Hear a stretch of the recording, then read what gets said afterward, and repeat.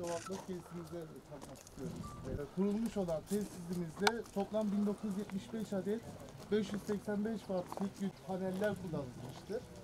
Yine tesis işte. Bunu da şu şekilde yapmaya çalıştık. Yetişti. Bir 5 milyonluk çevre ajansından bize bir gıda aldı. Ama bismillah deyince onları sadece yaptık.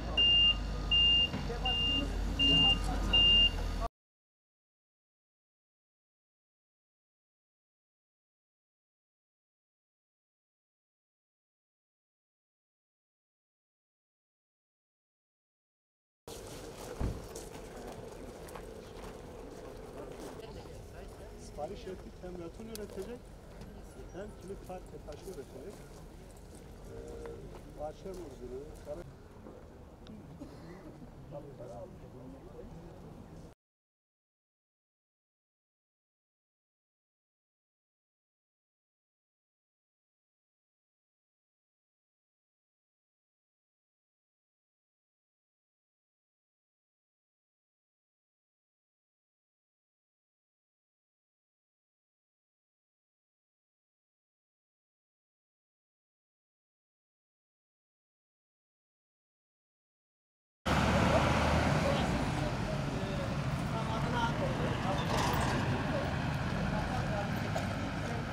İzolasyondan sonra da arka tarafta bir hocamız var, yapıyor. Orada stickerlar var.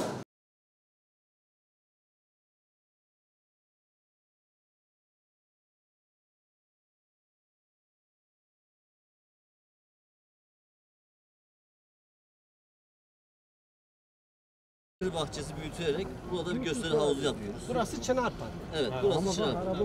Burada kır bahçemizi ve otopark alanlarımızı büyütüyoruz. O tarafta Burada bir gösteri havuzumuz oluyor. Alanımız burada geniş. Daha sonra aşağıda gördüğünüz 650 metre uzunluğunda kanalımızı şu an yapmış durumda. Betonu dökmüş durumdayız. Aynı zamanda yan projede 70 adet sadece su kenarında kabel yaptık. Toplam kabelyamız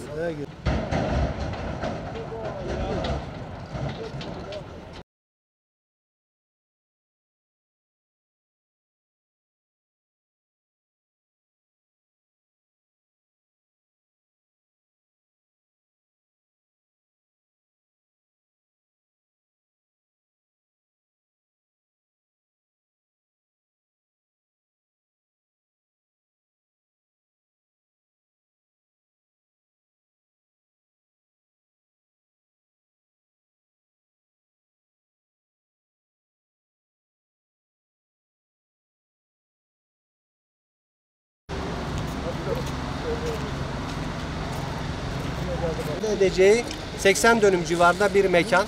İnşallah desteği kanal ıslahını eski Malatya'ya kadar götürmeyi planlıyor. Desteği bu her götürdü. Biz de peşinde bu Derme Deresi alanını, rekreasyon alanı inşallah eski Malatya'ya kadar götürmeyi hedefliyoruz.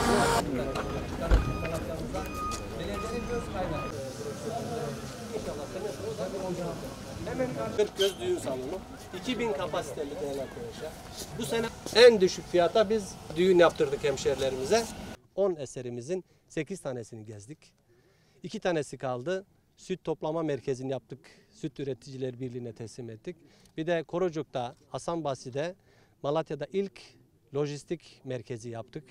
Orayı da saat yetmedi, gezemedik. Onun dışında biz bugün hemen Yeniköy'ümüzde ilk gezdiğimiz yer hayvan barınağıydı. Artık sokaklarımız Türkiye'de başıboş köpeklerden dolayı güvenli olmaktan çıktı değerli arkadaşlar. Bu sokak hayvanları terörü maalesef gün geçtikçe canımızı yakıyor. Bir haber gelir ki İstanbul'dan, diğer ilden sokakta bir yaşlı bir çocuğumuzu köpekler zarar verdi. Allah korusun, bu tip olaylarla karşılaşmamak için Sayın Valimiz de hızlı desteğiyle ve teşvikiyle Malatya'da 2. hayvan barınağını başlattık. Bugün birlikte gezdik. %60 seviyesindeyiz. İnşallah sene sonu itibariyle Aralık 15'inden sonra inşallah 2. hayvan barınağı bitmiş olacak. Yine 20 dönümlük alanda güneş enerji santralimizi hayata geçirdik. 5 ay önce enerjiyi TEDAŞ'a satmaya başladık. Aylık 1,5 milyonluk faturamızı kendimiz karşılıyoruz artık. Hayvan barınağından bir noktaya değinmeden geçmeyeyim. Hemşerilerimizin bilmesi lazım. 40 milyonluk bir emeği çok şükür biz 7 milyona bitirmiş olacağız değerli arkadaşlar.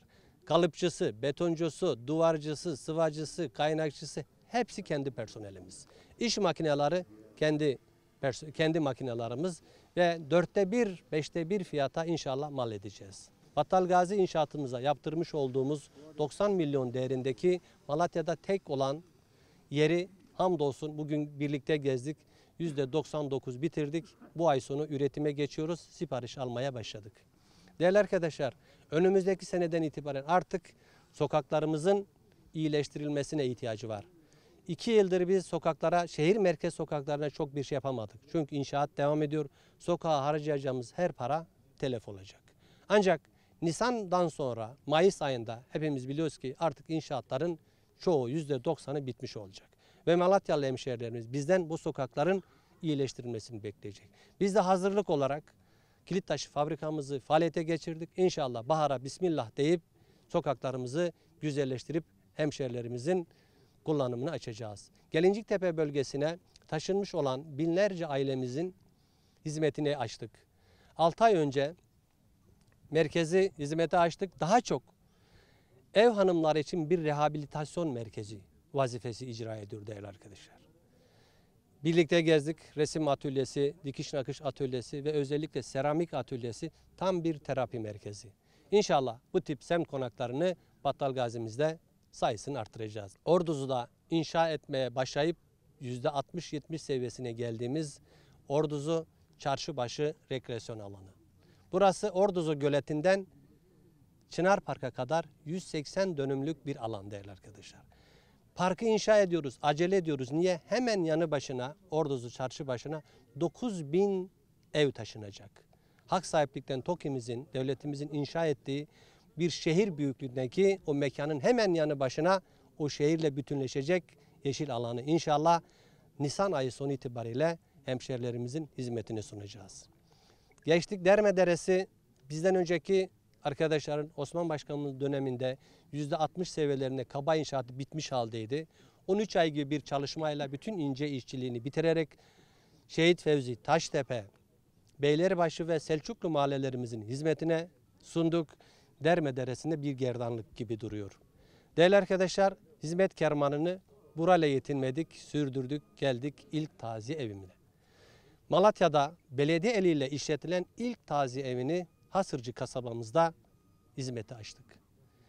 Ve bu kampanyayı burada başlattık. Hayırseverlerimizi kampanyanın içerisine çektik. Bugün Battalgazi'mizde 8 tane taziye evimiz inşaatı başladı. Sene sonu itibariyle 2 tane taziye evimiz daha hizmete girmiş olacak. Artık yazın sıcağından, kışın soğuğundan plastik sandalyelerde taziye gelen misafirlerimizi oturtmak istemiyoruz. Yazın klimadan serin, kışın klimayla sıcak mekanlarda taziye sahipleri misafirlerini ağırlasın inşallah. Battalgazi'mize, Malatya'mıza böyle güzel taziye evleri yakışıyor. Bahsetmiş olduğumuz, şu anda özet geçmiş olduğum 10 eseri Battalgazi'nin hizmetine sunduk. Battalgazi Belediyesi 19 ayda 10 eser üretti. Bundan sonra da inşallah bu eser üretme kampanyasını hızlıca sürdüreceğiz. Battalgazi'mize hizmet edeceğiz. Depremden yara almış bu memleketi millet devlet el ele vererek inşallah yaralarımızı saracağız. Hepinize bu güzel davete iştirak ettiniz. Birlikte gezdik. Hepinize ayrı ayrı teşekkür ederim. Çalışmalarınızda başarılar diliyorum.